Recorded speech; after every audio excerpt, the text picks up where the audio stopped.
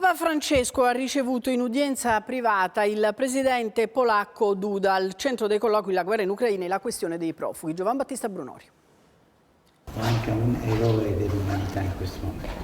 Grazie per l'eroica accoglienza. Lei è un eroe dell'umanità. Papa Francesco accoglie così il presidente polacco Andrzej Duda, ricevuto per la 4ª volta in Vaticano, presidente del paese più impegnato nell'accoglienza degli ucraini in fuga dalla guerra. 35 minuti di colloquio durante il quale il presidente Duda ha invitato il pontefice in Polonia. Si tratterebbe di una visita al popolo polacco e a quello ucraino, ha detto Duda, vista la presenza nel paese di oltre 2 milioni di profughi. Temi al centro anche dei colloqui con il segretario di Stato cardinale Pietro Parolin. Il presidente Duda, giunto ieri in Italia con la moglie Agata Kornhauser, aveva portato nel volo di Stato 6 bambini ucraini e le loro famiglie. Sono stati medicati all'ospedale Bambino Gesù.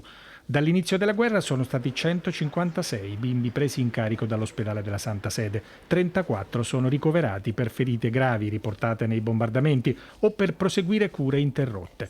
A quest'opera umanitaria ha fatto riferimento alla moglie del presidente ucraino Olena Zelenska nella lettera di ringraziamento inviata a Papa Francesco.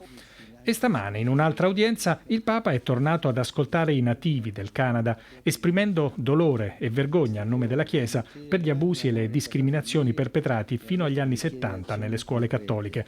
Preoccupazioni che il pontefice porterà con sé domani nella nuova visita apostolica a Malta, visita all'insegna dell'accoglienza.